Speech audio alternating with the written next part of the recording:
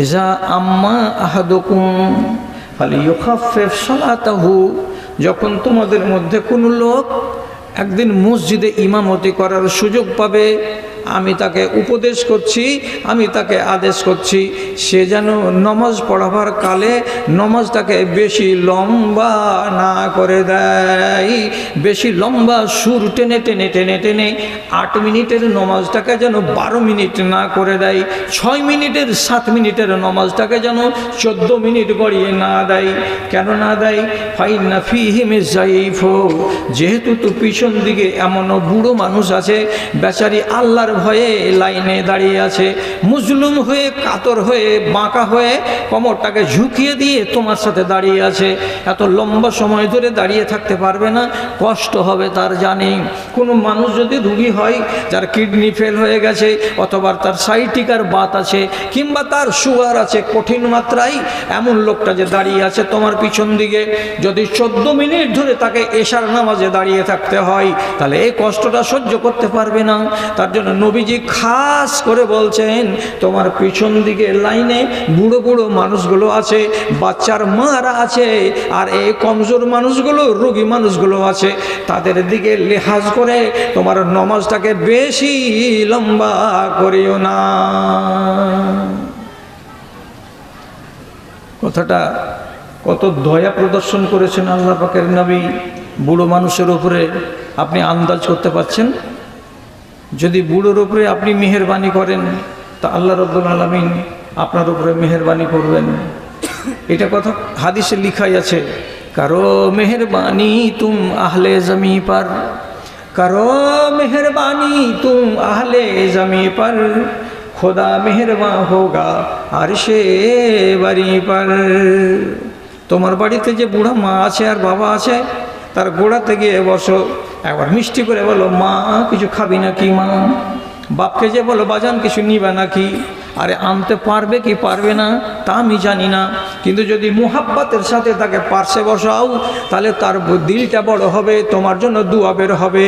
আর এই মায়ের পায়ের তলাতে রাব্বুল আলামিন জান্নাতকে ধার্য করে রেখেছেন। এক সাহাবী এসে বললেন, যুদ্ধের ময়দানে যাব, শহীদ হব, আল্লাহ জান্নাত পাবো। নবীজি বলছেন, মা বেঁচে আছে না নাই? তিনি বলছেন, মা বেঁচে আছে। আল্লাহ পাকের রাসূল বলছেন, যুদ্ধের ময়দানে গলা কাটিয়ে শহীদ হয়ে তোমাকে মরতে হবে না, জান্নাত পেতে হবে না। তোমার বাড়িতেই তোমার জান্নাত আছে, তাহাতা রিজলাইহা, তোমার বুড়ি মায়ের পায়ের তলায়। তোমার মাকে যদি খুশি রাখতে পারো, তোমার জান্নাত তোমার মা নিজেই বানিয়ে দেবে। বুড়ো হলে মানুষ বাচ্চা হয়ে যায়, বাচ্চা বয়সে লবণ চুষতে মন করে না? হ্যাঁ। ছোট ছেলে অল্প বয়স, আইসক্রিম দেখলে আইসক্রিম খেতে মন করে না? হ্যাঁ করে। যে কোনো জিনিস খাবার ইচ্ছা করে। আপনি খেয়াল করে দেখবেন, যাদের বয়স 70 বছর হয়ে গেছে, ঠিক ছোট ছেলের মতো যদি আইসক্রিমওয়ালা হাঁক মারে, আর মনে হবে যে আমি একটা আইসক্রিম খাবো, যেহেতু মনটা বুড়া হয়ে গেছে। আপনি যদি কটকটি দেন 3-4টা মদন কটকটি, ওই মদন কটকটিটি মুখে নিবে আর নাড়াচাড়া করবে, নাড়াচাড়া করবে। কি এটাই হচ্ছে ওই বুড়ো বয়সে বালক হওয়া। আপনারও তো হবে, আমারও তো হবে। তা আপনি তার সাথে যদি ভালো সলুক না করবেন, তাহলে দোয়াটা কী করে বের হবে? এদের সাথে মেহেরবানি করতে গেলে আপনার তকদির পাল্টিবে। আপনি তো অবজ্ঞা করে তো কাল কাটিয়ে দিলেন। তবে আল্লাহর দয়া একটা আছে, জানেন কি? আল্লাহর দয়াটার দিকে তাকান। তাল গাছের লোক, একটু মনের মাথাতে মগজে লিখে নিয়ে যান, বড়রা বুড়োদের সম্মান করে না। কোনো বেটা বাপের কাছে গিয়ে বাপুজি বলে না। কিন্তু কি আল্লাহ তাআলার মেহেরবানি দেখবেন, যত বুড়া হন না কেন আপনি, 80 বছরের বাসি বুড়া হয়ে যেতে গেলেও আপনার গোড়ায় গোড়ায় গোড়ায় গোড়ায় শুধু ঘুর ঘুর ঘুর ঘুর করবে কোন গলা? 2 বছর 3 বছর 4 বছরের পোতা আর পতি, নাতি আর নাতনি, এরা কোনো দিন বলবে না হাট বুড়া তোর গতর গন্ধ করছে, এটা বলবে না। দাদু এই দাদু, ওই দাদু এটা দাও। ছোট ছোট বাচ্চারা শুধু দাদুর কাছে ঘুরবে আর দাদির কাছে ঘুরবে। আল্লাহ তাআলা এদের জিটাকে বহালাবার জন্য, তোরা যদি আমার কাছে না আসবি তো তোদের নসল বাচ্চাগুলো দেখ আমার কাছে ঘুর ঘুর করে বেড়াচ্ছে কেমন করে। জি আপনি বলবেন যে এগুলাতে কি হয়, কি হয় আমি নাম দিব না। শামসি এলাকাতে ডানে বামে কোনো জায়গাতে উঁকি মারলেই বুঝতে পারবেন। এক মাস্টার মশাই রিটায়ার প্রাইমারি 26,000 টাকা পেনশন পায়। ওর 3টা বেটা স্কুলে চাকরি করে, 3টাই হলো সরকারি চাকরিজীবী। সেই মাস্টার মশাই ঈদ উল ফিতরের দিন নমাজ টমাজ পড়ে আসছি, তা আমাকে দিয়ে আসসালামু আলাইকুম, কেমন আছেন? ভালো আছি, আপনি কেমন আছেন? ওকে যদি বলছি যে আপনি কেমন আছেন, তো মোটা মোটা এরকম মোটা মোটা 2 ফোঁটা 2 চোখ দিয়ে পানি গাল পর্যন্ত গড়িয়ে এসে বলছে শরীর ভালো আছে, মনটা ভালো নাই। আরে শরীর ভালো আছে তো মনটা ভালো নাই কেন? তো দেখেন আবদার কি জিনিস। বলছে মৌলানা 3টা বেটা সরকারি চাকরি করে, 70,000 80,000 টাকা করে স্যালারি পাই মাসে। ঈদুল ফিতর চলে গেল আজকের দিন, একটা বেটাও আমাকে একটা নতুন পাঞ্জাবি কিনে দিল না। আপনি বলেন তুমি যে টাকা পাইছো 26,000 টাকা পেনশন, আমি যদি কোটি টাকা পাই তো এটা আমার আলাদা, কিন্তু আমার মনটা বলছে আমার কোনো একটা বেটা এমন সুন্দর উৎসবের কালে আমার কাছে একটা পাঞ্জাবি এনে বলবে আব্বা তোমাকে এটা গায়ে দিয়ে ঈদের মাঠে যেতে হবে, আমার কলেজটা জুড়িয়ে যাবে, ঠান্ডা হয়ে যাবে, আর ওই ছেলেটার জন্য আমার মুখ দিয়ে দোয়া বেরিয়ে যাবে। আমি যদি দোয়া করে দিই আর মা যদি দোয়া করে দেয়, তো আল্লাহ রাব্বুল আলামিন বলছেন লাইসা বাইনাহুমা ওয়া বাইনি হিজাবুন, আমি আসমানে আছি আরশের উপরে, আর তোমার মা আছে আর বাবা আছে জমিনে, এই দুইজনের মাঝখানে কোনো আর থাকবে না। ওরা যে কথাটা মুখে খুলে বলে দিবে সে কথাটা ডাইরেক্ট আমার কাছে আসবে, কেউ তোমার মা বাবার দোয়াকে আটকাবে এমন ক্ষমতা নাই। কি হলো? আবদার নেই, মা বাবার আরমান নেই যে আমি একটা আমার ছেলের কাছ থেকে কিছু পাই। ব্যথাতে বুকটা আমার যেন একবারে সংকুচিত হয়ে গেল। আল্লাহ জি, এ কথাটা তো একবারে 100% সত্য। আমি নিজে এখন রিটায়ার, আমার ভাইর আব্দুর রহমান মাস্টার রিটায়ার, এমন রিটায়ার কবে যে কবরের ডাক আসবে আমাদের কিছু বলতে পারবো না। সবগুলো লক্ষণ আমাদের গায়ে আছে। দৃষ্টিশক্তি কমে গেছে, শ্রবণ শক্তি কমে গেছে, বিবেক অনেকটা হ্রাস পেয়ে গেছে, যত আগে চলতে পারতাম অতটা চলতে পারি না। পেটের হজম শক্তি অনেক কমে গেছে, আগে যতটা খানা খেতাম অতটা খানা খেতে পারি না। এগুলো কিসের লক্ষণ? কিসের লক্ষণ এগুলো? কবরে যাওয়ার লক্ষণ। টাইম হয়ে গেছে। ফজল ইবনে আয়াজ এক বুড়াকে দেখেছিলেন, আর দেখার পরে বলছিলেন আসসালামু আলাইকুম বাজান, ভালো আছেন? হ্যাঁ ভালো আছি। দিয়ে বয়সটা জানবার জন্য ওকে জিজ্ঞেস করে বলছেন কাম ইস্তা ফি দুনিয়া, আপনি কতদিন দুনিয়াতে থাকলেন? তখন বুড়া মানুষ বলছে আকসারা মিন 60 সানা, 60 বছর থেকে কিছু বেশি হয়ে যাবে রে বাপ। তখন ফজল ইবনে আয়াজ বলছেন আল্লাহু আকবার, ইন্নাকা তাসিরু ইলা রাব্বিকা রুয়াইদান রুয়াইদান, আপনি নিজের রবের দিকে আস্তে আস্তে আস্তে আস্তে হাঁটতে হাঁটতে হাঁটতে হাঁটতে কাছিয়ে চলে এসেছেন। আউশাকা আন তাবলুগাহু, খুব সম্ভবত আর কিছুদিনের ভিতরেই আপনি আপনার রবকে পেয়ে যাবেন। এর মানেটা কি? আপনি আপনার আল্লাহর দিকে যে হাঁটছেন হাঁটছেন হাঁটছেন, 60 বছর ধরে কবরের দিকে হাঁটছেন, আর অল্পটা দিন বাকি আছে, এটুকু হাঁটা হয়ে গেলে আপনি আল্লাহর কাছে কাছিয়ে চলে যাবেন। এটা কথা তো সত্য কথা। যেমনি বুড়া মানুষটা শুনতে পেল, সাথে সাথে বলে উঠল ইন্না লিল্লাহি ওয়া ইন্না ইলাইহি রাজিউন। ঠিকই তো, কবরের দিকে তো আমি চলে এসেছি কাছিয়ে। তখন ইনি জিজ্ঞেস করে বলছেন ইন্না লিল্লাহি ওয়া ইন্না ইলাইহি রাজিউন মানে জানেন? যে হ্যাঁ জানি। তো তাহলে বাবা এখন আমার কি হবে? তো উনি মশওয়ারা দিলেন, বিগত দিনগুলো যদি খারাপ গত হয়ে থাকে, আগামী যে কটা বছর বাকি আছে একে শুধরে নেন। এদিক যদি ভালো হয়ে যায় ওদিকের হিসাব চাইবেন না আল্লাহ। আর এই কটা দিন যে বাকি আছে এটা যদি বিগড়ে যায় তাহলে এদিকেরও হিসাব আল্লাহ তাআলা চাইবেন এবং পিছন দিকে যা কিছু হয়েছে সবই হিসাব চাইবেন। সুতরাং আপনি নিজেকে সামলে নেন। কেন আল্লাহ পাকের নবী বলেছেন ইন্নামাল আমালু বিল খাওয়াতিম, শেষখানা ভালো যার সব ভালো তার। জি, একটা মানুষ 60 বছর নাম শুনলো তো ঘাবড়ে গেল। আপনি 60 পার করে দিয়েছেন তো নিজের ভেতরেও চিন্তা নেই। আর আল আউলাদ এমন যান্ত্রিক যুগের এখন তৈরি হলো যে বাপকে বাপ বলে ডাকে না। কি জমানায় এলো গো!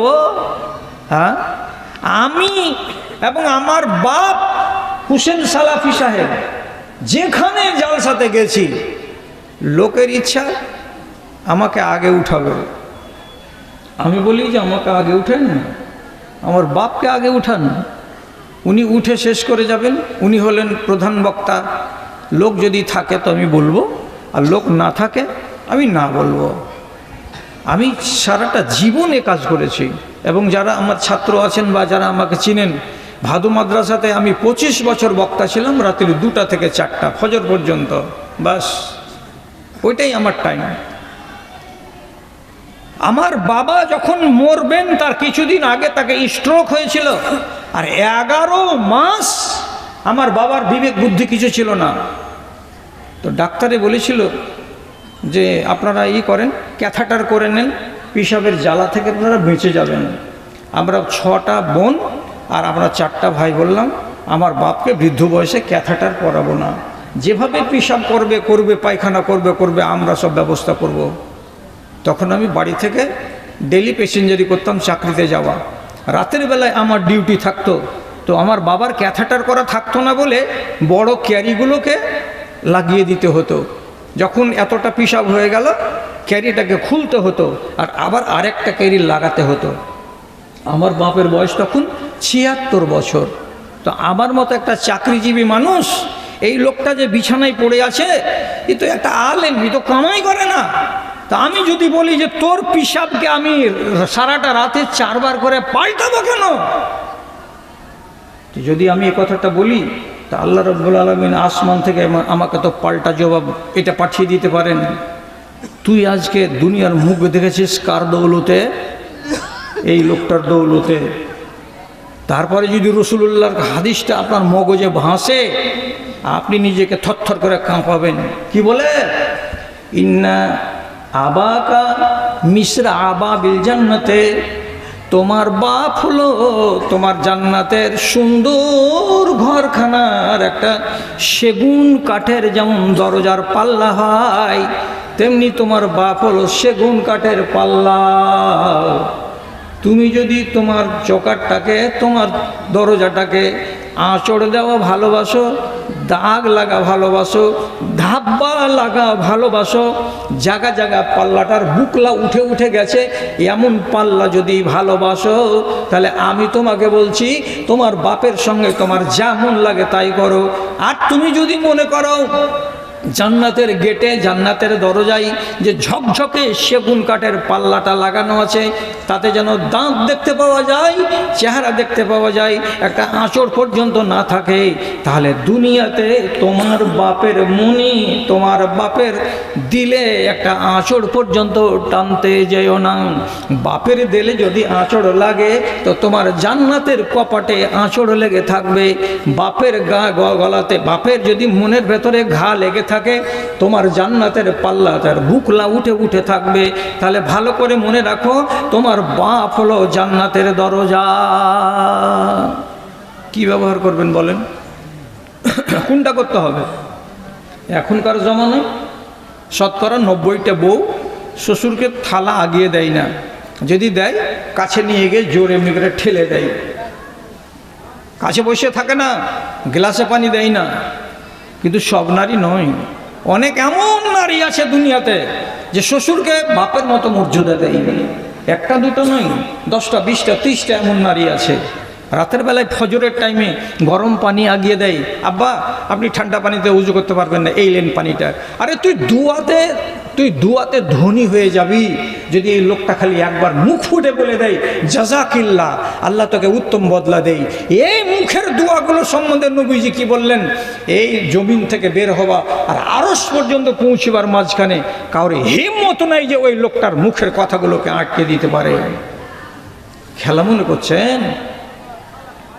কোনোদিন এরকম করবেন না। জি, খিদমত করেন বুড়ো মানুষের, আপনার কল্যাণ হবে, আপনি নিজে খিদমত পাবেন তার বদলে। তারপরে আপনাকে একটা আসল কথা বলি, রাসূলুল্লাহ কত ভালোবাসতেন আর এই ব্যাপারে কতটা সজাগ ছিলেন, আপনাকে আর বেশি আমি জ্বালাবো না, ছেড়ে দিচ্ছি খুব তাড়াতাড়ি। একদিন একটা নওজোয়ান ছেলে 20-25 বছর বয়স হবে, আল্লাহ পাকের রাসূলের কাছে এসে বলছেন, রাসূল ইন্না আবি ইয়াখুযু মালি, আমার বাপ যেদিন সেদিন আমার পকেট থেকে টাকা বের করে নিচ্ছে, পরে যখন আমি হিসাব মিলাচ্ছি তো আমার দিরহাম মিলে না, আমার দিনার মিলে না। আমি জোর করে যখন বলছি তুই টাকা নিয়েছিস নাকি হে বাপু, তো বাপ বলছে হ্যাঁ রে বেটা একটা নিয়েছিলাম। তো রোজ রোজ এরকম করে আমার যে টাকা নিয়ে নিচ্ছে, তো আমি বাপকে কি শায়েস্তা করতে পারবো? ওকে কি ডাঁটতে পারবো? ওকে কি কড়া ভাষা দিয়ে আক্রমণ করব যে খবরদার আজ থেকে তুই আমার পকেটে হাত দিবি না? আপনি আমার বিচার করে দেন। যেমনি ভাষাটা বলা যে আপনি আমাকে বিচার করে দেন। রাসূলুল্লাহ বলছেন ফাদউ আবাকা, তুমি তোমার বাপকে ডাকো এবং তোমার বাপকে সাথে করে আমার কাছে হাজির হও, আমি তোমার বাপের মুখের বয়ান শুনবো, শোনার পরে তোমাকে ফয়সালা দেব। বাড়ি গিয়ে বলছে কাল 10টার সময় রসুলের কাছে তোকে যেতে হবে। কেন রে? কোচের রসুল ডেকেছে তোকে। বাপের তখন হয়েছে কি, মানে ভিতরে এমনি এমনি করতে লেগেছে, আরে আমি 60-65 বছর বয়সের মানুষ, আমাকে কেন ডাকবে রে? বলছি তুই বকছিস কেন? তো রসুল ডেকেছে, তুই যাবি কিনা তাই কহা। তখন বলছে যে তুইও যাবি নাকি? বলছে হ্যাঁ আমাকেও ডেকেছে। তখন বেচারি এমনি করে গাল লাটছে আর কইছে হয়ে গেছে, চাচল কোর্টে কেস দিয়ে দিয়েছে বেটা, না হলে দুজনেরই কেন ডাক পড়লো। এবার বেটাকে বলছে তুই যা, আমি পাছে পাছে আসছি, আমি যাব না এটা কথা নয়। তো যাচ্ছে যদি, তো সারাটা রাস্তা বাপ গুনগুন গুনগুন গুনগুন করে করে করে করে কি যেন বলছে, কথাগুলো এত ধীরে বলছে যে সে নিজে শুনতে পাচ্ছে, ডানে বামের লোক কেউ শুনতেও পায় না, বুঝতেও পারে না। এই গুনগুনাতে গুনগুনাতে কিছু বলতে বলতে বলতে বলতে মদিনার মসজিদ পর্যন্ত এলো। রসুলকে বলছে এই দে, এটা আমার বাপ। রসুল দেখছেন তো বাপ রে, কিন্তু বাপের বয়স চুল আর দাড়ি তো দেখে বুঝতেই পারা যাচ্ছে যে উল আর খ্যাড়। এই 65-70 বছর বয়সের বাপ, এর বিরুদ্ধে ইলিগেশন। তো এবার সোজা ভাষাতে রসুল বলছেন আপনি আপনার ছেলের পকেট থেকে টাকা নিয়ে নিচ্ছেন, তো টাকাটা যে নিচ্ছেন তো কিভাবে নিচ্ছেন, কেন নিচ্ছেন, এই প্রয়োজনটা আপনাকে বলতে হবে।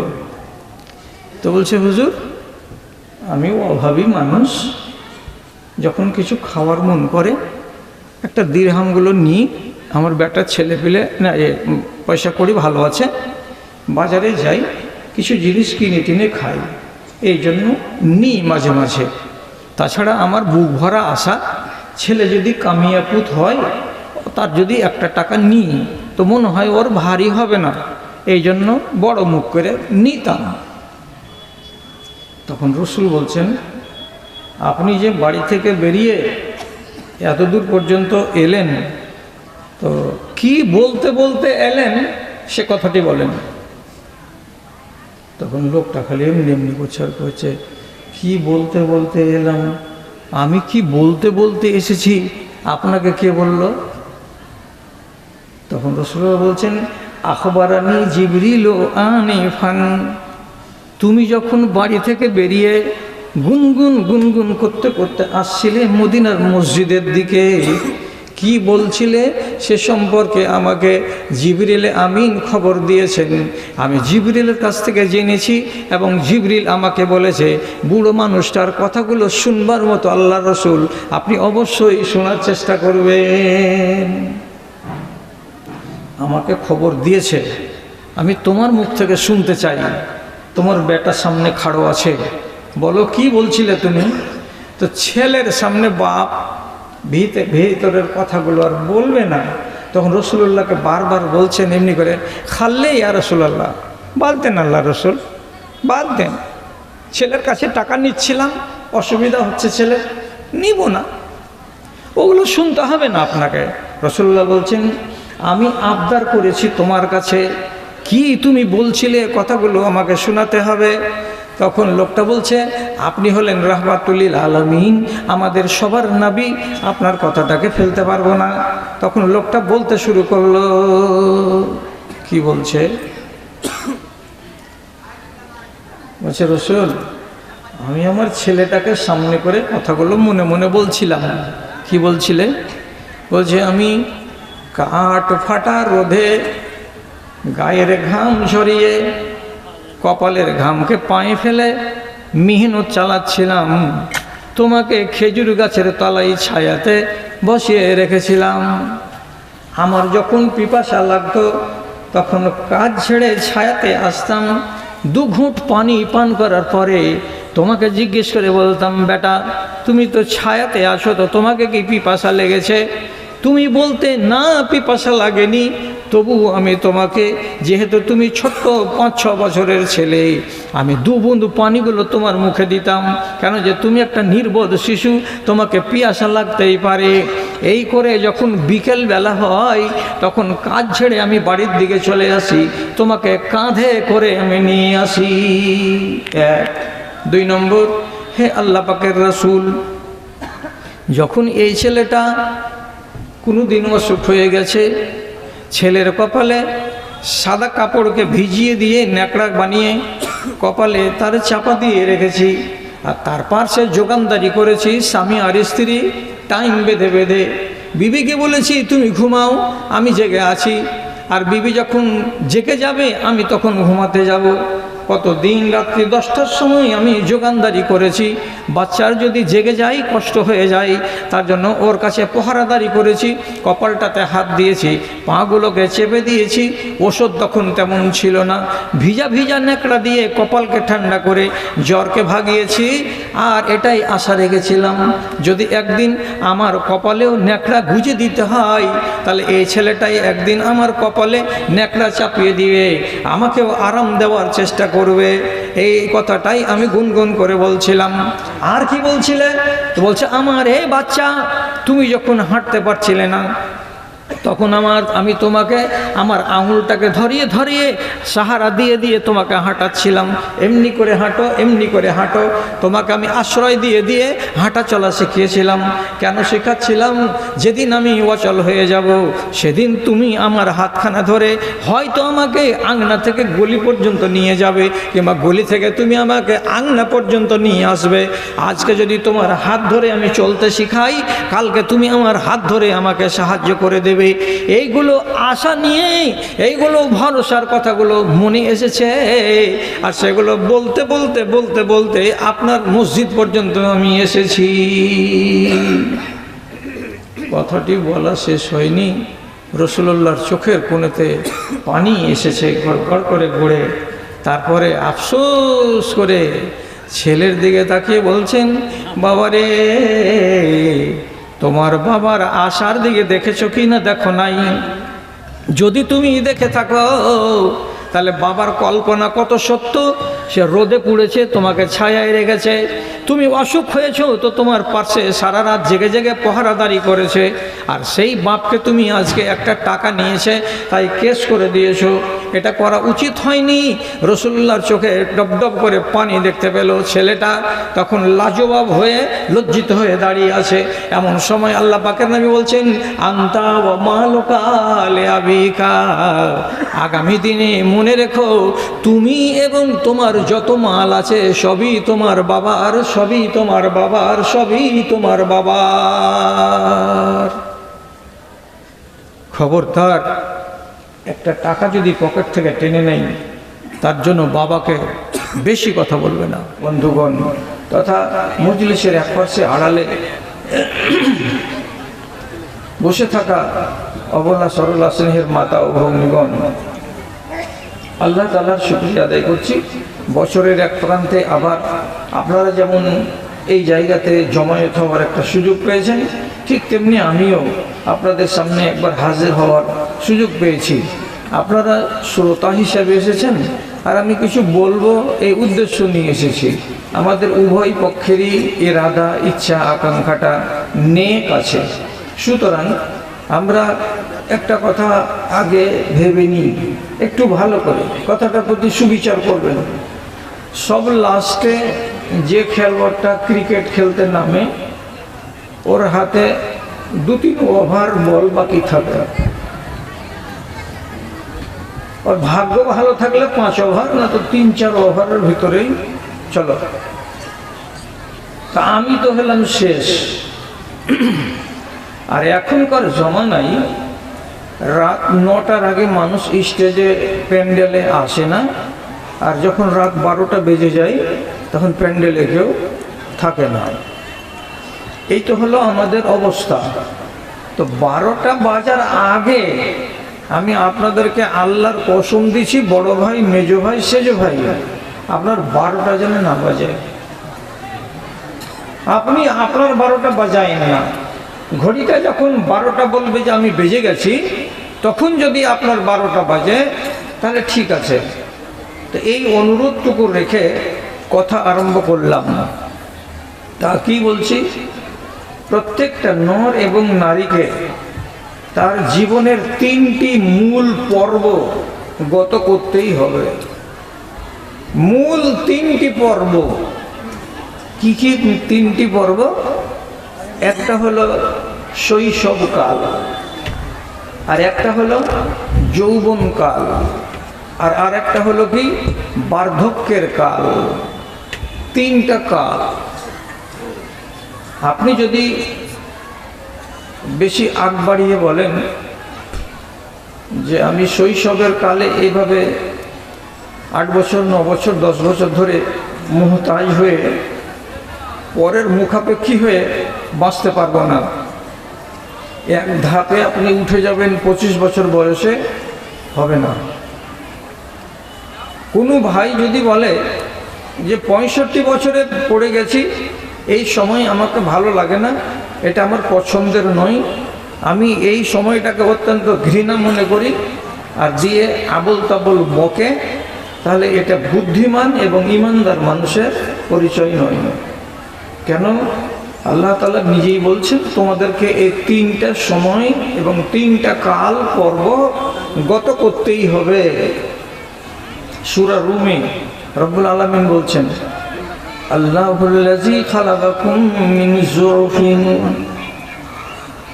তোমাদেরকে যিনি আল্লাহ রব্বুল আলামিন সৃষ্টি করেছেন একেবারে ক্ষীণ, একেবারে দুর্বল থেকে দুর্বলতর বস্তু থেকে, আবার সেই দুর্বল বস্তু থেকে মানুষ করে রব্বুল আলামিন দুনিয়াতে আনলেন। দুনিয়াতে যখন এলাম তখন আমি এত মুহতাজ, নিজের পিশাবটা কোথায় করব তা জানি না, কেমন করে মায়ের কাছে খাবার চাইব তা জানি না, নিজে দাঁড়িয়ে পায়ের উপরে খাড়ো হব সে ক্ষমতা আমার নাই, আমার কখন ঘুম আসবে কখন আসবে না, কখন আমাকে পায়খানায় যেতে হবে, এতগুলো ভাবনা ভাবার মতো যোগ্যতা আমাদের কাউরি থাকে না। আমরা সবাই দুর্বল হয়ে বাঁচি। তারপরে কিছুদিন যখন কেটে যায় তখন হয়ে গেলাম সিয়ানা। সিয়ানা কত সিয়ানা হলাম, টোটাল ওজন যদি ওর 35 কেজি হয় আর বয়স হয় 18 বছর, তো এত পাতলা দুবলা টিনটিনা মানুষ মনের দিক দিয়ে কত সবাল যে একটু ঝগড়া লাগতে গেলে ডায়লগ দিয়ে বলবে যে তুই আমাকে চিনিস, আমার দেখেছিস স্টিল বডি। অথচ একটা চড় মারলে খেজুরে ঘাটে যেয়ে পড়বে। তাহলে এই যৌবন কালটা কত সাংঘাতিক। কোনো মানুষ এই কালে নিজেকে দুর্বল বলে ভাবে না, সবাই নিজেকে মনে মনে ভাবে কি সবল। আল্লাহ তাআলা বলছেন বেশি বাড়িও না যৌবন কালকে পেয়ে। কেন? উঁকি মারছে সামনের দিকে আর একটা কাল, সেই কালটার নাম হলো বার্ধক্যের কাল। দেখতে দেখতে গত হয়ে যাবে শৈশব, দেখতে দেখতে গত হয়ে যাবে যৌবনকাল, এবং দেখতে দেখতে কবে যে কখন যে তোমার 60 বছর বয়সে পা দিয়ে দেবে, তুমি বলবে এই তো কয়দিন হলো, আর কখন আমি 60 বছরে পা দিলাম। সেদিন তুমি তারা গুনবে এবং সব সময় উঠতে বসতে ঘুমাতে জাগতে বিছানায় বাইরে মসজিদের বাইরে সব সময় একটা কথা বলবে, কবরে যাওয়ার সময় হয়ে গেল, মাটির তলে যাওয়ার সময় হয়ে গেল, আর বেশি দিন আমি টিকব না। দেখতে দেখতে এটা আপনার কপালে আছে, আমার কপালে আছে। এখন যেটা প্রশ্ন সেটা হলো এই, যারা আজ বড় তাদের বাড়িতে যে ছোট্ট বাচ্চাটা আসবে সে তো দুর্বল, তার প্রতি যদি আপনি সহানুভূতি না দেখান বাচ্চাটা বড় হতে পারবে না। এই জন্য একদম ফিকার মশলা হলো এই, কোনো স্ত্রী লোক বারে ঘাটছ নাকি যে ওইটা চলন হার বেলায় করিও না, অন্য মুলবির বেলা করবে, কিন্তু হামার বেলা ঘাটবে না, যা আছে ওকে থাকতে দাও। এই জন্য ফিকাতে মশলা আছে, কোনো স্বামী যদি তার স্ত্রীকে তালাক দিয়ে দেয় আর স্ত্রী যদি রাগ করে গাল ফুলিয়ে বসে থাকে যে তোর ছেলেটা আমি খেতে দিব না, যেহেতু ছেলেটা তো ওরই, তো ফিকার মশলা শরিয়ত হলো কি, তালাক দিয়েছে স্বামী, তার জন্য যত রাগ আছে তোমার স্বামীকে বলো, তোমার রাগটাকে খবরদার উজাড় করতে যেও না নির্বোধ নিষ্পাপ শিশুটার উপরে। ওর উপরে যদি তুমি এইভাবে ক্ষুণ্ণ হয়ে থাকো তো বাচ্চাটার কি হবে? ক্ষতি হবে। এই জন্য মাকে বলা হচ্ছে যত রাগ আছে পুরুষের কাছে দাবি করো, বাচ্চার কাছে রাগ করিও না। তারপর বলছি শিখে রাখেন, আমি যতক্ষণ বেঁচে আছি আর যতগুলো মজলিস আমি যাবো আপনাকে একটা না একটা কথা শিক্ষা দিয়েই যাব। তা কি, যদি কোনো স্ত্রীকে তার স্বামী তালাক দিয়ে দেয়, তালাক দিয়ে দিল, স্বামী তালাক দিয়ে দিয়েছে, এবার বাচ্চা আছে কোলে, স্ত্রী দাবি করতে পারবে কি বলে, তোমার বাচ্চাকে দুধ আমি খাওয়াবো না, এটা আমার অধিকার, তুমি দাইমা নিয়ে এসো, তোমার বাচ্চাকে দুধ খাওয়াতে পারো। দাইমা আনতে যদি 3 দিন দেরি হয়, 4 দিন দেরি হয়, সেটা আমি মেনে নেব, কিন্তু স্থায়ীভাবে তোমার বাচ্চাকে আমি দুধ দেব না। তখন স্বামী যদি তার হাত ধরে পা ধরে আর বুঝিয়ে সুঝিয়ে বলে তুই খাইয়ে দে, দুধ না খাওয়াবি তো বাচ্চাটা বাঁচবে কেমন করে। স্পষ্ট কথাই আল্লাহ তাআলা বলছেন, তোমার স্বামীর সামনে তুমি দাম চুকিয়ে নাও, তোমার বাচ্চাকে আমি 1 বছর দুধ খাওয়াবো, 20,000 টাকা নেব, যদি টাকা দিতে রাজি হও তো দুধ খাওয়াবো, আর টাকা যদি না দাও তো দুধ খাওয়াবো না। স্বামীর কাছ থেকে যদি তোমার বাচ্চাকে দুধ খাওয়াবার টাকাটা নাও, আল্লাহর কোরআন বলছে সেই টাকাটা তোমার নেওয়া যায়। বাচ্চাকে কষ্ট দেওয়া যাবে না, না হলে ও কি হবে? ও তো অসহায়, পরের উপরে নির্ভর করে বেঁচে আছে। এই জন্য মাকে এবং বাবাকে এই শৈশবের কালে বাল্য বয়সে বাচ্চাদের উপরে সহানুভূতিশীল হতে বলা হয়েছে, বেখেয়াল যেন কেউ না হয়ে যায়। তারপর আবার শুনেন, আপনি একদিন 1 বছরের শিশু ছিলেন, মুখাপেক্ষী পরে আপনাকে হাত ধরে ধরে মানুষ করলো কে? মা বাবা। ভালো করে বুঝেন কথাটা। এই শিশুটাকে আল্লাহ তাআলা আবার বলছেন কোরআন মাজিদের ভেতরে, এই আজকে তুমি শিশু হয়ে আছো তো শুনো, ওমান নুআম্মিরুহু নুনাক্কিসুহু ফিল খালকি আফালা ইয়াকিলুন। যে মানুষ দুনিয়াতে 60 বছর বয়স পেয়ে যাবে, সেই মানুষটার মরণ যখন কাছে আসবে, আল্লাহ তাআলা বলছেন এই 65 বছরের বুড়ো, খেয়াল রাখো, খবর রাখো আমার নিয়মের কথা, তোমাকে আবার আমি 1 বছরের 1.5 বছরের শিশুর মতো করে শিশু বানিয়ে দেব। আর দেওয়ার পরে নতুন করে তুমি 65 বছর বয়সে শিশু হবে। আর শিশু হওয়ার পরে তোমাকে কবরে যেতে হবে, তোমাকে ভালো করে কবরে নেব না। কেমন কথা? 65 বছরের মানুষটা আবার 1.5 বছরের শিশু কেমন করে হবে? হবে কেমন করে? তো কোরআনকে আপনি ইনকার করবেন? কোরআন যেটা বলছে সেটা সত্য কথা। তা হলো এই 1.5 বছরের শিশুর যেমন বিবেক নাই, তেমনি 65 বছর বয়সের মানুষের বিবেক হারিয়ে যাবে। 1.5 বছর বয়সের শিশু যেমন নিজের কাপড়ে পেশাব করে দেয়, তার জ্ঞান থাকে না, তেমনি 65 বছর বয়সের মানুষ অধিকাংশ বয়সের ভারে ভারাক্রান্ত হয়ে পেশাব কাপড়ে করে দেয়, খেয়াল থাকে না, পায়খানা করে দেয় বাচ্চা নিজের প্যান্টে পায়জামাই, খেয়াল থাকে না, তেমনি বৃদ্ধ বয়সে মানুষেরা নিজের কাপড়ে পায়খানা করে দেয়, খেয়াল থাকে না। বিবেক যেমন কমে যায়, বাচ্চার যেমন বিবেক থাকে না, ঠিক সেই রকমই আপনারও বিবেক কমে যাবে। তার মানে কি? আপনি একেবারে বালকের মতো, শিশুর মতো হয়ে যাবেন। তার মানে জানতে হবে কবরে যাওয়ার সময় কাছে এসেছে। তখন এবার আল্লাহ তাআলা কি বলছেন? এবার কি বলছেন আল্লাহ রাব্বুল আলামিন? সবারই জন্য একই বিধান। কি বিধান? এই বাচ্চাটাকে তুমি যেদিন 1.5 বছরের ছিলে, তোমার মা আর বাবা তোমাকে যত্ন করেছিল, আদর করেছিল, যাতে সুষ্ঠুভাবে তুমি মানুষ হতে পারো, তেমনি আজকে তোমার বাবা 65 বছর বয়সে পড়েছে, তুমি এখন 25 বছরের নওজোয়ান। এই মুহতাজ মা বাবাকে খবরদার অবহেলা করবে না, তাদের প্রতি অবজ্ঞা করবে না। যেমন তোমাকে ছোটবেলায় দেখেছিল, এখন তুমি ওকে বৃদ্ধ বয়সে ভালো করে যত্ন নাও এবং যতটা তার সম্মান করার তাই করো। কেউ একজনের দায়িত্ব থেকে যেন পালিয়ে না যায়।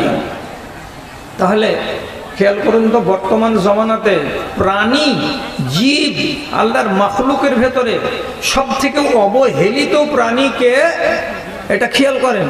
আর বর্তমান যুগে প্রাণী কুলের ভেতরে সব চাইতে আদরে, যত্নে, সম্মানে কে লালিত পালিত হচ্ছে? বলতে পারবেন বা বলবেন কি? আমি বলছি, আমার সাথে একমত হবেন কি হবেন না আমি জানি না, এখনকার জামানায় সব থেকে সম্মানের প্রাণী তা হলো কুকুর, কুত্তার বাচ্চা, ছোট ছোট বাচ্চা, অ্যালসিয়েশন যেগুলো কুকুর, এর মতো সম্মানী প্রাণী আর কেউ নেই। কেন নেই? আমি যা খানা খেতে পাই না, কোটিপতির বাড়িতে যে কুত্তাটা আছে তার সাথে অনেক গুণে ভালো খাবার খাই। মানেন তো মানেন, না হয় পা দিয়ে সানেন। আপনি জীবনে কোনোদিন রোলস রাইস কারে চড়েছেন? চড়েননি, নামটাও শুনেননি, কিন্তু ভালো ভালো বাড়ির কুকুরটা তার মালিকের সাথে রোলস রাইস কারে, যার দাম 1.5 কোটি, 2 কোটি, 3 কোটি টাকা, এইরকম গাড়িতে চড়ে বাজার ঘুরে বেড়াই। তাহলে প্রাণীদের ভেতরে সবচাইতে মানুষ ইজ্জত দিয়েছে কাকে? কুকুরকে। আর সব থেকে এই জামানার অবহেলিত প্রাণীটার নাম কি? তো অবহেলিত প্রাণীটার নাম হচ্ছে মানুষ, কিন্তু শর্ত হলো বুড়ো মানুষ। চ্যাংড়া মানুষ নয়, যুবক মানুষ নয়, যারা বুড়া তারা। এদের মতো অবহেলিত প্রাণী আল্লাহর জগতে আর কেউ নেই। যেমন আপনাকে একটা উদাহরণ দিই, খবর যেন না যায় ওখানে, কানে কানে রেখে দেন। আমার শামসি থেকে পশ্চিম দিকে একটা গ্রাম আছে, ওই গ্রামে 9 করে কমপক্ষে 40টা বেওয়া আছে। তার ভেতরে এমনও বেওয়া আছে চলতে পারে না, বাড়ির কাছে আসবে তো যদি ওকে চাল দিই, হা করে তাকিয়ে বলবে আমি নিয়ে যেতে পারবো না। টাকা নিবে তো নিবে না, যদি দেন তো নিবে না। যদি জিজ্ঞেস করি কেমন আছো, তো বলছে আল্লাহর ফেরেশতা আমাকে ভুলে গেছে, আল্লাহর ফেরেশতা একে বলে ভুলে গেছে। কথাটা শুনতে আপনাকে মজা লাগলো, কিন্তু ওর বুকের ভেতরে যে কত বেদনার পাহাড় জমে আছে এটা কি আঁচ করতে পারলেন? এমন কোনো মানুষ যে মানুষটাকে শামসি স্টেশনে দেখেছি, চিনি, চেনার পরে তাকে জিজ্ঞেস করছি কেমন আছেন ভাই আপনি, অনেকদিন পরে দেখা, উত্তর দিচ্ছে মরি না তাই বেঁচে আছি, মরি না এই জন্য বেঁচে আছি। তার মানে বেঁচে থাকাটা তার কাছে কি হয়ে গেছে? বোঝা হয়ে গেছে। কেন বোঝা হলো? বাড়িতে সবাই খাই সকালবেলায় চার টিফিন নাস্তা, আমি একটা বড় মানুষ, আমাকে বড় ঘরে আমার বৌমা থাকতে দেয় না। সিঁড়ির নিচে যে এই বাঁকা জায়গাটা আছে ওইখানে কোনাতে একটা বিছানা পেড়ে দেওয়া আছে, পুয়ালের উপরে শুয়ে থাকি। এই জাড়ের দিনে আমার গায়ে একটা পুরাতন কম্বল আছে, এতে আমার ঠান্ডা মিটে না। আমি জড়সড় হয়ে কোনো রকম মানুষ নয় কুকুরের মতো হয়ে রাত কাটাই। আবার তাকিয়ে থাকি বেলা 10টা হয়ে গেল, কিছু দিবে কি দিবে না। মন যদি হলো তো দিল, মন যদি না হলো তো না দিল। যখন আমি নিজের ব্যথা থামতে পারি না তখন বাইরে বেরিয়ে আসি। যারা পরিচিত লোক আছে আমার শামসির বাজারে, তারা যখন দেখতে পাই মুহাব্বতের সাথে একটা খাস্তা দেয়, কেউ আমাকে একটা চা দেয়, এটা খাই। খাওয়ার পরে আল্লাহকে বলি এটাই আমার তকদিরে শরীরের মালিক। আমার নিজের ছেলে আমাকে রুজি দিল না, পরের বাচ্চা আমার দুঃখটাকে বুঝে আমাকে এক কাপ চা দিল, একটা খাস্তা দিল, এটাই আমার তকদির, এটাই আমার কপাল। ওকে যদি জিজ্ঞেস করি যে কেমন আপনি আছেন, তো ওর জবাবটা কি হলো? যে বেঁচে আছি, মরি না বলে। এত দুঃখের কথাটা কেন বলছে? বুকের ভেতরে ব্যথা আছে জমে, তাই তো বলছে। যদি আপনি যেমন আপনাকে আপনার মা আর বাবা দেখেছিল বাল্য বয়সে, এই দেখাটা আপনি দেখেন তাদেরকে বৃদ্ধ বয়সে, তাহলে কোনো মা আর বাবা কি বলবে যে ফেরেশতা আসে না তার জন্য আল্লাহর ফেরেশতা আমাকে বলে ভুলে গেছে, আর আল্লাহর ফেরেশতা ভুলে গেছে বলে আমি বেঁচে আছি? এ কথাটাকে কোনো বাপ বলবে? কোনো বাপ বলবে না। বলাচ্ছেন কেন? বুড়ো মানুষের সম্মান কতটুকু আছে আপনি জানেন? হাদিসের ভেতরে লেখা আছে, যতক্ষণ আছে কথাটিকে একটু মূল্য দিবেন। আল্লাহ পাকে নাই বলছেন আল বারাকাত মা আকাবেরকুম, তোমাদের বরকত যদি খুঁজতে চাও সংসারে, তাহলে বরকত আছে বড়দেরকে সাথে নিয়ে যদি থাকো তো তাতে। আর বড়দেরকে যদি বাদ করে দিয়ে তুমি একাই বাঁচতে যাও, তোমার সংসারে বরকত হবে না। বড়কে নিয়ে বরকত হাসিল করো। বুড়ো মানুষ চলতে পারে না, তবুও বাড়িতে রাখো, এটা তোমার কি বরকত। কেমন বরকত? কিসে বরকত? মুফাসসিরিন কেরাম বলছেন ফিল ফিকরে ওয়াত তাজরুবাতে ওয়াল আকলে ওয়াদ দিয়ানাতে, বুদ্ধিতে তোমাকে চালাক করে রাখবে, বিবেক দিয়ে তোমাকে সমৃদ্ধ করবে, পরামর্শ দিয়ে তোমাকে আগে বাড়াবার চেষ্টা করবে।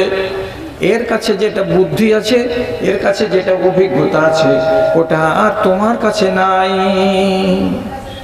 গোলমাল করছে কেন মাইক?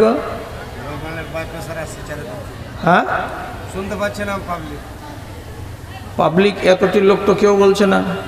তুমি কার কথাই করছো, পড়ে এগুলো করছো? হ্যাঁ, বাইরের লোকের কথা কোনো শুনতে হয় না কোনোদিন। আমিনুলদা বলেন। মজলিসের লোককে ইস্তাহার দিয়ে ডেকে এনেছি, গাঁলাকে আমি আওয়াজ শোনাবো নাকি? মহিলা প্যান্ডেলে তো আওয়াজ যাচ্ছে। আর তাছাড়া আমি যখন থেকে উঠেছি তখন তো ওরা পূর্ব দিকে মুখ করে বসে আছে কেবলা করে, ওরা তো কথাই শুনে না। আমি বুঝতে পারি না এখান থেকে। এখনো গোলমাল চলছে মহিলা মহলে, হেল হেল হেল হেল হেল হেল হেল করে চলে যাচ্ছে। কি করে হ্যাঁ, তো এটা তো হলো আনন্দের দিন। আচ্ছা, কাজের কথাতে আসি। বরকত পাওয়া যাবে কার সাথে? বুড়োর সাথে। তোমার বুদ্ধি থেকে বুড়োর বুদ্ধি 10 গুণ বেশি আছে, মানো না? একটা বউ 3 দিন থেকে কথা বলে না স্বামীর সাথে কথা বলে না 3 দিন থেকে। বাপের সামনে মুখ ভারী করে ছেলে খাড়ো হয়ে আছে। কিরে বেটা, মুখ ভারী কেন? কইছি কি করবো জি আব্বা, তোমার বউ আমার সাথে কথা বলে না, কথাই বলে না। তো বলছে খ্যাপা ছেলে, এই কথাটা ওর মুখ থেকে চালু করতে পারলি না 3 দিনে? বলছে না, কত কি করলাম, গো ধরে বসে আছে। বাপ একটা কানে কানে সল্লা দিল, সল্লাটা বেটা কানে তুলল, আর তুলে বেলা 10টার সময় পাথরের খাদানে কাজে যাবে। তখন সাইকেলটা হাতে করে 10 হাত দূরে খাড়িয়ে এমনি করে মুখ ঘুরে কইছে, দুলালি, ওর স্ত্রীর নাম, দুলালি আমি চলে গেলুম খাদানে, সারাদিন আসবো না, তোর ছোট ভাই রবিউল আসবে, তো কি করবি না করবি দেখ তুই। মানে কি সমন্ধি, এটা তো সমন্ধি আসবে রবিউল, তো কথাটা যেমনি বলেছে তোর ছোট ভাই আসবে রবিউল, তো কি করবি না করবি তুই দেখিস। আর বইলে দিয়ে যেমনি খালি পাটা উঠালছে, চট করে বারান্দা থেকে আর এক ধাপে নিচে নেমে এসে কইছে, কখন তোমাকে, তুমি কেমন করে জানলে, তোমাকে ফোন করেছিল নাকি? কইছে হ্যাঁ ফোন করেছিল। তো কখন আসবে, 11টার সময় না 12টার সময় আসবে? বলছে ওইটা কথা আমাকে কহেনি। তো বলছে তুমি একটু জেনে নিলে না, তাহলে আমি নাস্তাটা করব না ভাত করব। গ্যাল গ্যাল করে এখন মুখ দেওয়ার কথা বের হতে শুরু হয়েছে। যে শেষের বেলায় বলছে কিছু তরি তরকারির ব্যবস্থা করে দাও, ধরুন 100টা টাকা দিল, মুরগার ব্যবস্থা হয়ে গেল। আর মুখ যে খুলে গেল তো গেল তো গেল, রান্না বান্না করে রাখা আছে, জোহর ঢিলে হয়ে গেল, রবিউলের পাত্তা নেই। আসরে ঢিলেতে খাদান থেকে বাড়ি আসে, কই রে চাঁড়াটারে? বলছে না আসেনি, ঘাঁটা দেখছি কত আমি, তো কই এখন পর্যন্ত আসেনি। ই কি আর বলছে ভিতরকার কথা, কি কাজ করেছি আমি? আর এ কি বলছে যে বুদ্ধিটা কে দিয়েছে, যে আমার বাপ দিয়েছে, এটা কথা বলতে যাই না। একটা সমস্যার সমাধান করার জন্য বিবেক লাগে, তো বিবেকে উপস্থিত বুদ্ধি ওর যতখানি আছে আপনার অতখানি আছে। এই জন্য রাসূলুল্লাহ বলছেন যদি বরকত কামাতে চাও তো বড়কে সাথে রাখো এবং বড়কে সাথে করে খাও। 80 বছরের মা, 80 বছরের বাপ যদি অচল হয়ে থাকে, তাও ওকে বিছান থেকে উঠিয়ে বাপ বলে আর মা বলে ওর ঘাড় নেড়ে বারান্দাতে আনো, একসঙ্গে বসে বসে চা খাও আর একসঙ্গে বসে বসে নাস্তা করো, তাহলে ও বাঁচবে সুখী হয়ে। ও আল্লাহর ফরিস্তাকে ডাকবে না আর লোকের কাছে বলে বেড়াবে না যে ফেরেশতা আমাকে বলে ভুলে গেছে। আমার মায়ের বয়স এখন 90 বছরে 1 বছর কম আছে, আল্লাহর হাজার শুকরিয়া আমার মা এখন বেঁচে আছেন। তা আমি তো অধম, মায়ের সেবা করতে পারি না, আমি বাস করি শামসিতে। আমার যেটা ডাক্তার ভাই ও দেখে, তো সকালবেলায় যেদিনই আমি থাকি বা ওরা থাকে, 7টার সময় যখন চা লাগে আর বিস্কিট টিস্কিট খাওয়ার টাইম হয়, মাকে উঠাও, উঠিয়ে বিছানা থেকে আনো, আমাদের সাথে চাটাইয়ে বসে মা খাবে, তাহলে আমরা খাবো। আর মা যদি না খায় তাহলে আমরা বলবো যে মা তুই না আসতে গেলে আমরা খাবো না। অনেক দিন দেখবো মা সাথে বসবে আমাদের মন জয় করার জন্য, দিয়ে খাবে না, বলছে না বেটা ইচ্ছা করে না খেতে, কিন্তু ও হাজির থাকতে গেলে তো আমাদের মনটা ভালো লাগে। আপনি কেন আপনার মা আর বাবাকে অবহেলার পাত্র করে রেখেছেন? দুনিয়াতে যেই বৌমা শ্বশুরকে এবং শাশুড়িকে বেশি করে, তাকে শিক্ষা দেওয়ার মতো জ্ঞান আমার কাছে নেই। শুধু একটা কথা ওই বেটি ছেলেটাকে বলতে চাইছি, তুমি এই বাড়ির হলে বউ, তুমি তোমার শ্বশুর শাশুড়িকে দেখতে পারো না। তোমার বাপের বাড়িতে তো কেউ বউ এসেছে, তুমি যে ব্যবহারটা তোমার শ্বশুর শাশুড়ির সাথে করছো, এই বাজে ব্যবহার, তোমার বাড়িতে তোমার ভাবিটা যদি তোমার মা বাবার সঙ্গে এই বাজে ব্যবহার করে, তুমি রাজি আছো? ও যদি বলে যে আমি রাজি আছি, তো জীবনে বলবে যে রাজি আছি না। ও যেমন নিজের মা আর বাবার সম্মান চাই ভাবির কাছ থেকে, তেমনি তুমি কারো ভাবি হয়েছো, কাউরে তুমি আন্ডারে আছো, কেউ তোমার শ্বশুর শাশুড়ি হয়েছে, এদেরকে তোমাকে ওই রকমই সম্মান দিতে হবে যেমন তোমার নিজের মা এবং বাবাকে সম্মান দাও। এইগুলো কথাকে রেখে দিয়ে দুটা কাজের কথা শুনেন। সেটা হলো এই, হযরত উমর হলেন বড় সাহাবী আর তার বেটা আব্দুল্লাহ হলেন ছোট সাহাবী। সম্মানের দিক দিয়ে বাপ বেটা, যদি কোনোদিন বাপ বেটা একসঙ্গে বেরিয়ে গেলেন কোনো কাজে, বের হলেন দু বাপ বেটা, তো খেয়াল করেন বুড়ো মানুষের ইজ্জত কত। ফাইন্নাহু লা ইয়ামশি আমামা আবিহি, যতক্ষণ পর্যন্ত ভালো কারোর পৌঁছাবে ততক্ষণ পর্যন্ত বাপ বেটা হাঁটতে গেলেও। আব্দুল্লাহ বলছেন আমি জীবনে কোনো দিন আমার বাপ উমর রাদিয়াল্লাহু তাআলা আনহুর আগে এক পা বাড়াইনি। আগে থাকবেন আমার বাবা এবং পিছনে পিছনে আমি হাঁটব। কেন হাঁটি? আগে যদি যাই তো বাবার ইজ্জতকে খাটো করা হবে, তার জন্য বাপের আগে আগে আমি হাঁটি না। এগুলা কি মানুষ নয়? হযরত আলী রাদিয়াল্লাহু তাআলা আনহু চেনা অচেনা, পরিচিত অপরিচিত কোনো বৃদ্ধ মানুষকে চোখে দেখতে পেলে তার কাছে যেতেন এবং তার কাঁধে হাতখানাকে রাখতেন, আর রাখার পরে বলতেন মারহাবান বিমান আমারাল্লাহু বিতাওকিরিহি, আমি আপনাকে আহলান সাহলান এবং মারহাবা বলছি, ওয়েলকাম বলছি, আপনাকে সাদর আপ্যায়ন করছি। কিসের জন্য? যে এই এমন একজন লোক যার সম্বন্ধে আল্লাহ রাব্বুল আলামিন আমাদেরকে আদেশ করেছেন তাদের ইজ্জত করার, সম্মান করার। আপনি 65 বছরের বুড়ো মানুষ, আপনার বুজুর্গি চলে এসেছে, আপনার মতো মানুষের সম্মান করতে হবে। আল্লাহ রাব্বুল আলামিন আমাদেরকে তার নির্দেশ দিয়েছেন, তার জন্য আপনাকে দেখে মনটা ভরে গেল, আপনার কাঁধে হাত দিলাম, খুশি প্রকাশ করলাম, আর আপনাকে আহলান সাহলান বলে স্বাগতম জানালাম। এটা কি ওর বাপ? না। এটা কি ওর চাচা? না। যে কোনো বুড়ো মানুষ। কেন বলছে? আল্লাহ যে বলেছেন বুড়ো মানুষের ইজ্জত করতে। কি বলেছেন আল্লাহ তাআলা? ইন্না মিন ইজলালিল্লাহি আন ইকরাম শাইবিল মুসলিমিন। আল্লাহ তাআলাকে যদি সম্মান জানাতে চাও, এই দুনিয়ার মানুষ যে কোনো বুড়া মানুষের প্রতি তুমি সম্মান জ্ঞাপন করো।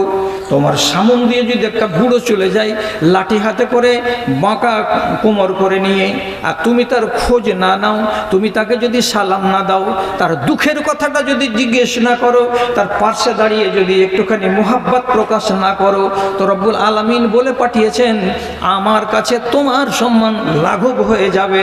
আমি তোমাকে সম্মানের চোখে দেখব না। কেন? যে তুমি আমার একটা মজলুম বান্দাকে, বয়স্ক একটা বান্দাকে তার প্রতি অবজ্ঞা করেছো। ওকে যদি সম্মান জানাতে, তাহলে জমিনে বসে বসে, জমিনে দাঁড়িয়ে দাঁড়িয়ে 7 আসমানের মালিক আল্লাহ রাব্বুল আলামিনকে তোমার সম্মান জানানো হতো। কি বলছো? এই কটা বাপ সুখে আছে এই দেশের মাটিতে? আমি তালগাছিকে শুধু বলছি না।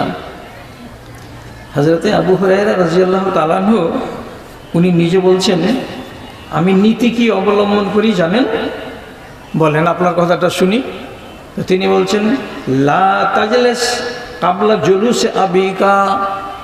কোনো যদি বিয়ে বাড়িতে যাও বাপ বেটা, কোনো যদি অনুষ্ঠানে যাও বাপ বেটা, কোনো জায়গায় যদি দুজনই মেহমান হয়ে যাওয়ার সুযোগ লাগে, আর সেখানে যদি 10খানা চেয়ার পড়া থাকে, আবু হুরায়রা বলছেন খবরদার, বড় বড় চোখ করে দেখতে থাকো তোমার বাপ চেয়ার গ্রহণ করেছে না করে নাই, তোমার বাপ বসেছে না বসে নাই।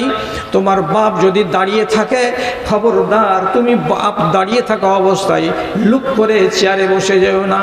অপেক্ষা করো যতক্ষণ পর্যন্ত তোমার বাপ না বসে যাবে, ততক্ষণ তুমি কোনো চেয়ারে বসতে যেও না। বুঝছেন? আপনি বলবেন 10খান যে চেয়ার আছে যেমন সে ফাঁকা চেয়ার, বসনো তো কি হলো? বাপের সম্মান করতে হবে। সে হলো বুড়ো, সে হলো বৃদ্ধ। বৃদ্ধকে ইজ্জত দিতে গেলে আগে ও বসবে, তারপরে তুমি বসবে। 1। 2 নম্বর, রাস্তা চলার সময় পিছনে পিছনে চলবে, আগে আগে চলবে না। এটা হলো 2 নম্বর আদব। তারপরে তিনি বলছেন, আমি যখন ঈমান কবুল করি তখন আমার মন হয়ে গেল আমি হজে যাব। হজে যাব তো কোথায়? মক্কায়। কিন্তু আমি একাই হজে যাব না। কেন যাব না? আমার মাকে যদি হজে আমি না নিয়ে যেতে পারি তাহলে আমি কেমন ছেলে হলাম? কিন্তু আমার মা ঈমান কবুল করছে না, আর আমার হজে যাওয়াও হচ্ছে না। আমি ঘাটা দেখছি আর বারবার মনে মনে ভাবছি আগামী বছর ইনশাআল্লাহ হজে যাব, কিন্তু আবার মনে মনে বলছি মা যদি হজে না যায় আমি একাই কেন হজে যাব? এটা তো মায়ের সঙ্গে ভালো আচরণ করা হবে না। অপেক্ষা করি। তারপরে যখন আমার মা ঈমান কবুল করলেন তখন মাকে সাথে করে আমি হজে গেলাম। তাছাড়া একাই মাকে বাদ দিয়ে হজ করতে আমি যাই না। তাহলে বুড়ো মানুষের প্রতি এই মানুষগুলো সম্মান জ্ঞাপন করেছেন কত করে? আপনাকে এগুলো শিখতে হবে না, এগুলোর উপরে আমল করতে হবে না? কিছু আদব কায়দা থাকে তো তাহলে মানুষ অবজ্ঞাটা কম করে। আপনাকে একটা কথা বলবো কি, একগুলো শাস্তি আছে কিয়ামতে হবে, আর একগুলো শাস্তি আছে দুনিয়াতে হবে এবং আখেরাতে হবে। এটা হলো ডবল শাস্তি। ডবল শাস্তি কাকে কাকে হবে? তো শুধু আমি তো অনেকটি এদিকে কথা বলবো, ওদিকে আমি যাচ্ছি না। 1 নম্বরের নাম আছে কার? যে লোকটা তার অচল মা বাবার সঙ্গে সুসম্পর্ক রাখতে পারেনি। যেই ছেলেটা 70 বছর বয়সে নিজের মা বাবাকে আগুন জ্বালিয়ে ভাত রান্না করতে বাধ্য করেছে এবং আঙিনাতে নিজের যুবতী স্ত্রীকে নিয়ে আর 2টা বাচ্চাকে নিয়ে ট্যাংরার মাছ ভাজছে আর মুচমুচ করে খাচ্ছে, আর মা বাবা বারান্দাতে পাটের শাক দিয়ে ভাতগুলোকে নাড়াচাড়া করছে, ললিতে দিচ্ছে তো নিচু দিকে নামছে না, টুকুর টুকুর করে দেখছে। মজিবুর যদি 2টা ট্যাংরাগুলো দিত তো একটা আবার বাপকে দিতাম আর একটা আমি খেতাম না। যদি এইরকম হালাতে কোনো ফ্যামিলিতে মা বাবা থাকে তাহলে আপনার আমি দুশ্মন নই, আমি রাসূলুল্লাহর হাদিস বলছি, তোমাকে ডবল সাজা নিতে হবে। একবার দুনিয়াতে সাজা নিতে হবে, একবার আখেরাতে সাজা নিতে হবে। আপনি বলেন দুনিয়াতে আমার সাজা কি? তো সাজাটা কি হবে এটা রাসূলুল্লাহ বলেননি। কোন দিক দিয়ে সাজাটা পাবেন এটা বলেননি, তবে বিভিন্ন দিক থেকে সাজা আসতে পারে। 1, আপনার মনের ভেতরে শান্তি থাকবে না, অশান্তি বিরাজ করবে আপনার জানে আর মনে। 2 নম্বর, আপনার রুজিতে বরকত হবে না, অভাব লেগেই থাকবে, অনটন লেগেই থাকবে। 3 নম্বর, আপনার বয়স হওয়ার আগেই আপনি যেমন মাকে বেইজ্জত করেছেন, আপনি বেইজ্জত হতে শুরু হয়ে যাবেন আপনার নিজের ছেলের দ্বারাই। আপনার ছেলের বয়স কত? বলে 14 বছর। 14 বছরের ছেলে আপনাকে জ্বালা পোড়া আরম্ভ করে দেবে আর এমন করে অশান্তি করবে যে আপনি ছেলের জন্য বদদুয়া করার জন্য তৈরি হয়ে যাবেন। এটা কিসের সাজা? তো রাসূলুল্লাহ বলছেন ডবল সাজা। কাদের? যারা মা বাবার সঙ্গে ভালো আচরণ করতে পারে না।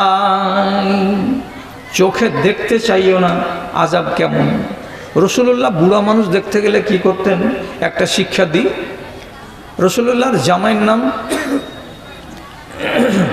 রাসূলুল্লাহর শ্বশুরের নাম আবু বকর সিদ্দিক। আবু বকর সিদ্দিকের বাপের নাম আবু কুহাফা। হিজরত করে যখন চলে এলেন মদিনায় আবু কুহাফা, তখন তার বাপের বয়স হলো 83 বছর। হিজরত করে যাওয়ার 5 বছর পরে ফতে মক্কার দিন আবু বকর মক্কায় এলেন।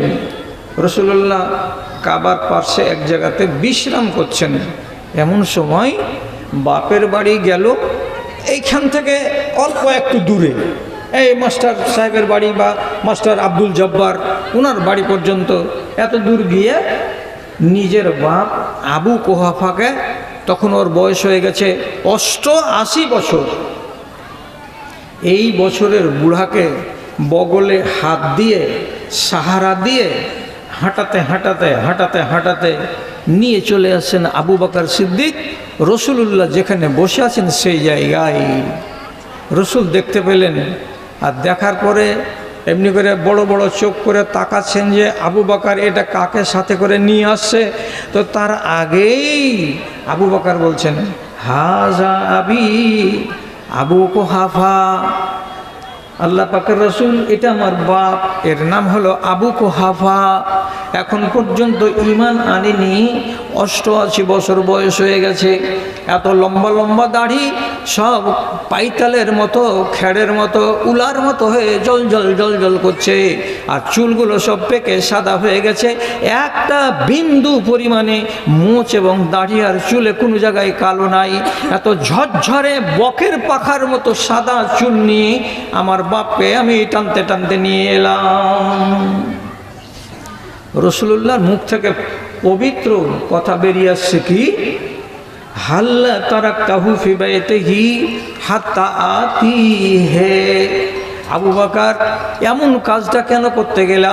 একটা বয়স্ক মানুষকে তুমি কিসের জন্য বাড়ি থেকে তাকে কষ্ট দিয়ে হাঁটিয়ে হাঁটিয়ে এত দূর পর্যন্ত আমার কাছে নিয়ে আসলে? তুমি যদি তাকে হাঁটিয়ে আমার কাছে না আনতে, বরং আমাকে যদি খবর দিতে, আমি হাঁটতে হাঁটতে তোমার বাবার কাছে যেতাম।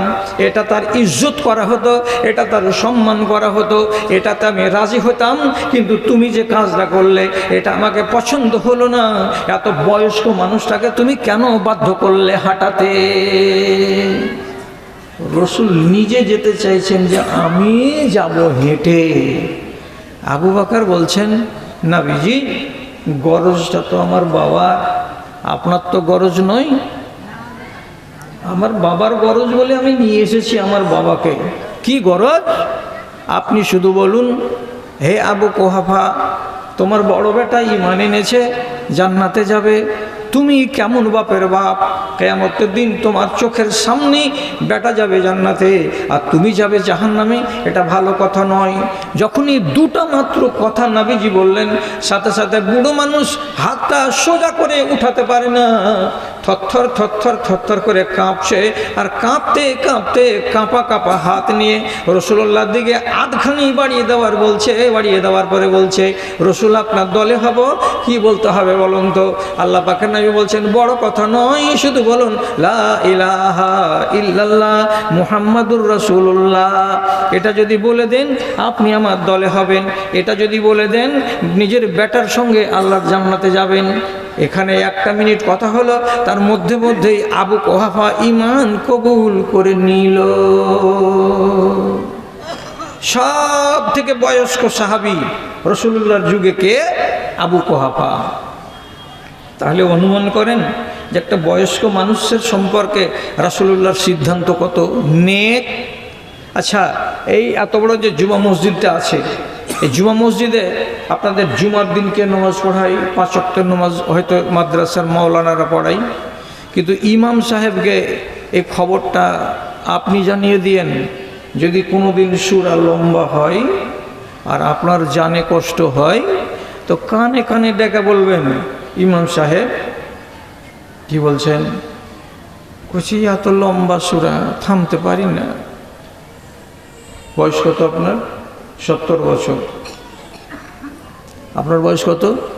50 বছর। আপনার কি হয়েছে? যে আমি রুগী। কিসের? তো সাইটিকা। এতক্ষণ ধরে দাঁড়িয়ে থাকা কষ্টকর হচ্ছে। তো ইমামকে আপনি এটা জানাতে যাবেন, পাওয়ার কোথায় পেলেন? নবীজি নিজে বলছেন কত তিনি দয়াবান, দয়াশীল মানুষ। ভালো করে দেখেন, মুহাব্বতের সাথে বাবার সামনে পেশ আসতে হবে, যাতে ওর মনটা ভেঙে না যায়। হ্যাঁ, যদি বাপের মন ভেঙে যায় তাহলে তোমার সব ভেঙে গেল। যেমন কর্ম করিবে তুমি, যেমন কর্ম করিবে তুমি, তেমনি ফলিবে ফল। ধান্য কেহু কাটিয়াছে কিরে রপিয়া দুর্বাদল। যদি ঘাস বুনো জমিতে, ধান কাটতে পাওয়া যাবে না, ঘাসই কাটতে হবে। আর ধান যদি বুনো তো ধান কাটতে পাওয়া যাবে। আমল যেমন করবেন তেমনি ফল পাওয়া যাবে। শেষ করুন, কথা বেশি বলবো না। আর আপনাকে একটাই কথা আর বলছি, আর বলার পরে ইনশাআল্লাহ কথা দিলাম আপনাকে ছেড়ে দেব, আপনি এখান থেকে আর আমার জন্য কষ্ট করবেন না। সেটা হলো এই, 75 বছর বয়সের একটা মহিলা, বাড়ি হলো ইয়ামান দেশে। বেটার নাম ওয়াইস, মনে থাকবে, চার দোকানে গিয়ে কালকে বলবেন একবার। বেটার নাম ওয়াইস, ছেলে জুয়ান। মার কাছে যে বলছে, মা খবর আসছে চারিদিক থেকে, মদিনাতে একজন নবী এসেছেন রহমাতুল্লিল আলামিন। যারাই যাচ্ছে ওরা সৌভাগ্যবান, ওরা সাহাবি, ওরা সব জান্নাতি লোক। তো রসুল্লাহকে এক নজর দেখব, আমিও সাহাবি হব। মা তখন বলছে, যাইস না বেটা, আমিও অচল মানুষ, তোকে যাইতে লাগবে 8 দিন, আসতে লাগবে 8 দিন। এর ভিতরে আমার খিদমত কে করবে? আমি যদি মরে টরে যাই তো আমাকে তুই দেখতেও পাবি না। তো বড় কথা হলো আমার সেবাটা কে করবে রে বাপ? তুই যাস না বাজান, তুই আর 3 মাস দেখ, আমি মরে যাব, তখন তুই চলে যাবি, আমাকে নিয়ে তোকে আর তখন ভাবতে হবে না। ঠিক আছে মা, ঠিক আছে। 3 মাস চলে গেল, মা মরল না।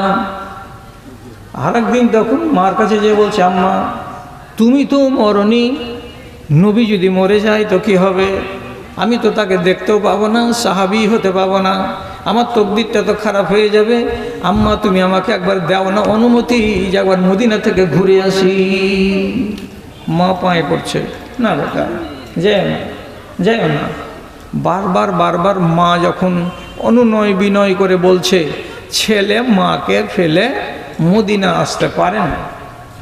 শেষে বছর বছর পর একদিন মাকে বলছে, আম্মা তোমার মরার সময় হয়নি, এই দেখো তুমি বাধা দিচ্ছ আমাকে, 2 বছর কেটে গেল, একদিন আমার দেখা হয়ে যেত, তুমি অনুমতি দাও না, আমি যাবো আর আসবো, আমি যাবো আর আসবো।